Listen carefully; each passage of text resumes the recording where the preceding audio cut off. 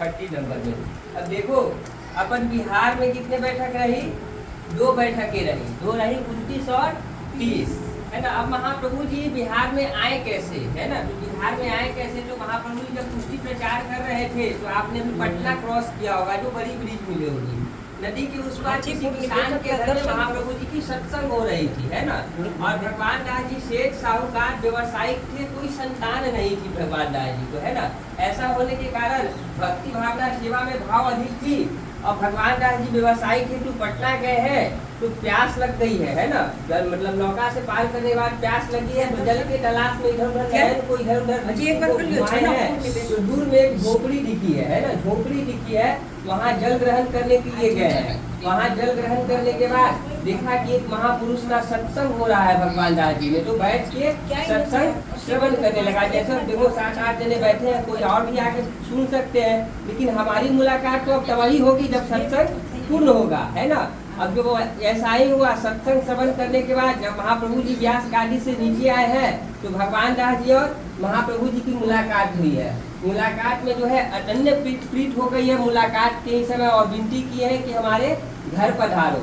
बहुत आग्रह विनती के बाद महाप्रभु जी भगवान दास जी के घर में आए हैं, और घर में आने के बाद 1 वर्ष तक घर में विराजे हैं, और 1 वर्ष तक यहाँ भगवान दास जी के बगीचा के नाम से अंकित है। क्या है, बगीचा के नाम से यहाँ अंकित है। तो भगवान दास जी के वहाँ जो है यहाँ नित्य प्रतिदिन घूमने आते थे। अब देखो बैठक जी भी 84 बैठक में श्रेष्ठ बैठक माने जाएंगे, जो 15-20 बैठक श्रेष्ठ है। अब श्रेष्ठ कौन सा है साहब, तो जहाँ ठाकुर जी 1 वर्ष तक विराजे हैं वो बैठक श्रेष्ठ कहलाएगी। जहाँ सप्ताह करके निकल गए हैं वो श्रेष्ठता में कमी कुछ आएगी, कुछ कमी आएगी, है ना। क्योंकि तुलसी की पत्ते दोनों है, छोटी है और बड़ी, लेकिन पावर दोनों में अलग। देखो जो पत्ते छोटे हैं ना वो बीमार है, उसकी तपस्या कम है। जो पुष्प पत्ते हैं, जो सॉलिड पत्ते देख रहे हो, उनकी तपस्या अधिक होने के कारण उसमें जुड़ाव है। अब इंसान में जब तक प्रीत है, आप भी प्राण है तो सब बोल रहे हैं, है ना। अब प्राण तो सबके पास है, लेकिन ज्ञान की तो अंतर जरूर है इंसान में। प्राण हमारे में जो है वो आप में भी है, सब है, लेकिन ज्ञान का अंतर है ना, बस वही उसमें भी ज्ञान का फर्क है। तो बैठक जैसे देखा जाए तो गुजरात और यूपी में 50-55 बैठक मिलेंगे, और जो बचे कुछ बैठक है उसके लिए पूरे भारत भ्रमण करने पड़ते हैं, है ना। तो महाप्रभु जी 1 वर्ष तक ये दोनों बैठक में विराजे हैं, इससे श्रेष्ठ है। और किसके माथे विराजे, तो टेम्पल बोर्ड श्रीनाथ जी के माथे विराजे, है ना। मतलब महाराष्ट्रियों की हस्ती में ही श्रेष्ठ हस्ती आती है बैठकों में। अब वहाँ महाप्रभु जी 1 वर्ष बाद जो है जाने लगे हैं, तो भगवान दास जी जाने नहीं दिए हैं, तो वहाँ नित्य दर्शन देने का वरदान मिला है, जो कहीं किसी बैठक में नहीं मिला है। नित्य दर्शन देने का वरदान का मतलब होता है कि आपकी भक्ति से जब भगवान प्रसन्न होंगे तभी तो कुछ देंगे। ऐसा हो सकता है जहाँ जहाँ पधारे होंगे उतना महाप्रभु जी को भाव नहीं मिला होगा, वैसा वरदान नहीं दिया होगा। भगवान दास जी ने वैसी सेवा की होगी, उपाधि प्राप्त कर ली होगी। उपाधि क्या प्राप्त की, तो नित्य दर्शन देने का वरदान और पादुका की सेवा। तो ये दोनों बैठक किसकी थी, पहले भगवान दास जी की होगी, हमारी तो नहीं होगी, न कोई गुरुदेव के होंगे हमारे। जब भी होंगे तो मतलब भगवान दास जी को होंगे। और मिला क्या, अगर 2 बैठक की सेवा क्या करते, वहाँ नित्य दर्शन देने का वरदान मिला। जो सेवा करो नित्य दर्शन होगा। सेवा तो यही मिला था कि पादुका की सेवा देके गए, जो कहीं किसी बैठक में नहीं है। आप यही देख रहे हो, देखो ये पादुका शुद्ध है ना। और जितने आप बैठकों की देख रहे हो, पादुका नहीं देख रहे हो, खरपा देख रहे हो, इसका प्रतीक यही होगा कि वो गादी के नीचे ही रखा होगा। मतलब चप्पल सर के ऊपर, कितनी भी महंगी चप्पल हो सर के ऊपर नहीं हो सकती है, चरण ही सर के ऊपर। तो यहाँ क्या है, गादी है, इसके ऊपर किसके होने चाहिए, महाप्रभु जी को होने चाहिए। तो महाप्रभु जी की तो पादुका है इनके ऊपर विराज, और कहीं बैठक में आप दर्शन ना करोगे। अब वहाँ नित्य दर्शन देने का वरदान, और यहाँ पादुका की सेवा भगवान दास जी को मिली, है ना। अब देखो मतलब अन्य मार्ग का मतलब हुआ शिव जी को मानो, दुर्गा जी के मानो, या रामचंद्र जी के मानो। महीने में 24 एकादशी भी होती है, और महीने में अमावस्या और पूर्णिमा भी 24 हो जाती है, 12-12 की होती है ना। तो ये 12 क्या है, देखो शुक्ल पक्ष और कृष्ण पक्ष अभी भी प्रेजेंट है। द्वापर और त्रेता को ही मिला के हम जी सकते हैं। अब त्रेता को क्यों उठाना पड़ेगा, त्रेता को नहीं उठाएंगे तो हमारी गृहस्थी नहीं चल सकती, मतलब जीने की शैली नहीं मिलेगी, है ना। विवाह करने का, कभी विवाह कभी भी कर सकते हैं ना, सास को सम्मान देंगे ना किसी को नहीं देंगे। इसलिए जीने के लिए रामचंद्र जी के कुछ भक्ति को ज्ञान प्रकट करना होगा, है ना। और मतलब चलने और हंसने, गाने बजाने, खेलने के लिए कृष्ण की भक्ति करनी पड़ेगी। इसका प्रमाण क्या, देखो जब रामचंद्र जी रहे तो सतयुग रही ना, अब शुक्ल पक्ष और कृष्ण पक्ष, 4 वो इधर भी हो रहा है, 4 अब वो है 2 ही, द्वापर और त्रेता, है ना, और कलयुग और सतयुग, है ना। 24 एकादशी और 24 अमावस्या पूर्णिमा, तो ये क्या है, रामचंद्र जी 15 दिन के रहे और कृष्णचंद्र जी 15 दिन के रहे। तभी तो अंधेरिया 15 दिन होता है, यूरिया 15 दिन होता है ना।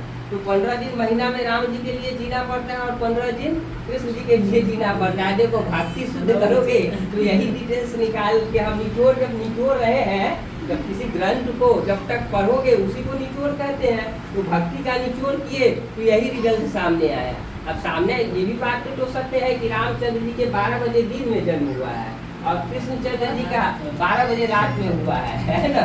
ये दोनों 15 दिन पे ही आ रहे हैं और एकादशी भी हमारी 24 है, 15 दिन का है।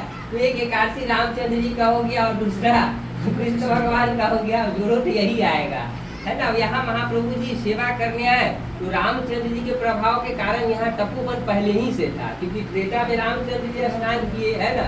तो यहाँ महाप्रभु जी की परीक्षा हुई। अब क्या हुई, परीक्षा ही हुई ना। अब किसी बंदे के हाथ में, अब देखो इतने से प्रसाद हम भोग लगाए हैं और कहने लगे कि मुझे 500 की प्रसाद दे दो, तो एक दाना भी नहीं मिलेगा।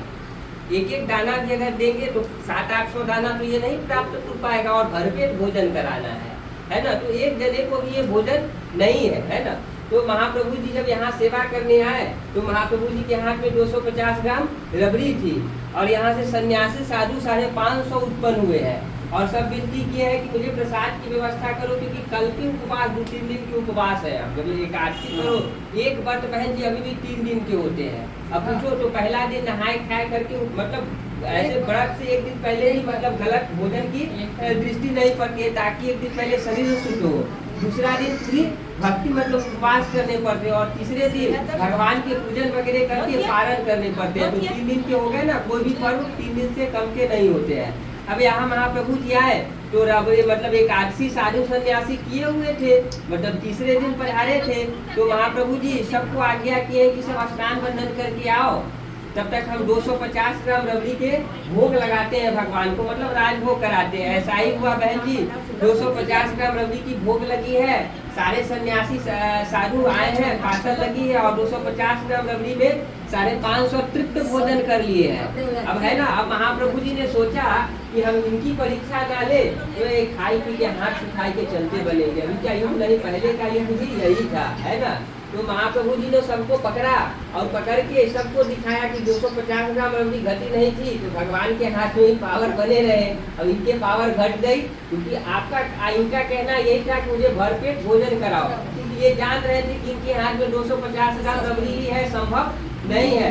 जब महाप्रभु जी संभव कर दिए, इनके शर्मिंदा करने के लिए सबसे फिर मतलब नयन के सामने मतलब हिला के पूछ के पूछे किसी को और रबड़ी चाहिए तो लोग पूछते नहीं, तो कोई रबड़ी पे नजर नहीं पड़ती। आप सब जानते हो, खाई लिए नीचे मुड़ करके नहीं कहेगी, रबड़ी थी कि नहीं थी किसी को दिखता ही नहीं। तो कस के आवाज लगाए तो सबने देखा कि 250 ग्राम रबड़ी है, तो सब शर्मिंदा हुए हैं और सब बोले कि हम आपकी परीक्षा हेतु पधारे थे कि आप जो पुष्टि प्रचार कर रहे हो, ग्रामीणों को बुला के पूजा करवा रहे हो, वो शुद्ध पूजा आपकी है कि नहीं, आपके अंदर कुछ तप बल है कि नहीं। क्योंकि देखो राक्षस और भगवान को लड़ने में देर नहीं लगता है, कि दोनों में ताकत होती है, लेकिन इंसान भगवान के सामने कभी खड़े नहीं हो सकता, वो हाथ जोड़ने के सिवाय कुछ नहीं कर सकता है। लेकिन वही दानव, जैसे रामचंद्र जी के ऊपर रावण राक्षस जरूर था, लेकिन रामचंद्र जी को ना जाने कितने बार काट कूट सब किया और इनकी पत्नी को भी उठा ली।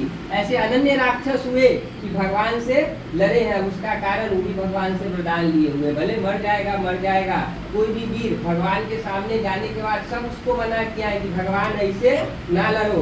वीर यही कहा है कि हमारी वीरता में दाग आ जाएगी, मरना भी है तो विष्णु के हाथ ही आज मर जाते हैं। कोई भी जो ताकतवर तपस्वी होता है वो पीछे नहीं रह सकता है, भगवान भी क्यों ना प्रकट ले ले। अब जो है 250 ग्राम रबड़ी में 550 को तृप्त भोजन कराए। यहाँ सारे सन्यासी साधु एक्सेप्ट किए हैं कि हम सब देवलोक से परीक्षा हेतु पधारे हैं और परीक्षा में आप परिपूर्ण हुए और जो है आशीर्वाद लिए हैं भगवान से और लेके यही तालाब में अंतर ध्यान हो गए। शिवल्लभ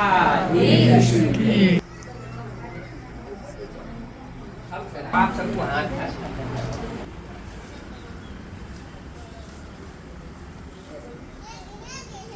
देखो जैसे नवधा भक्ति। चलो प्रीति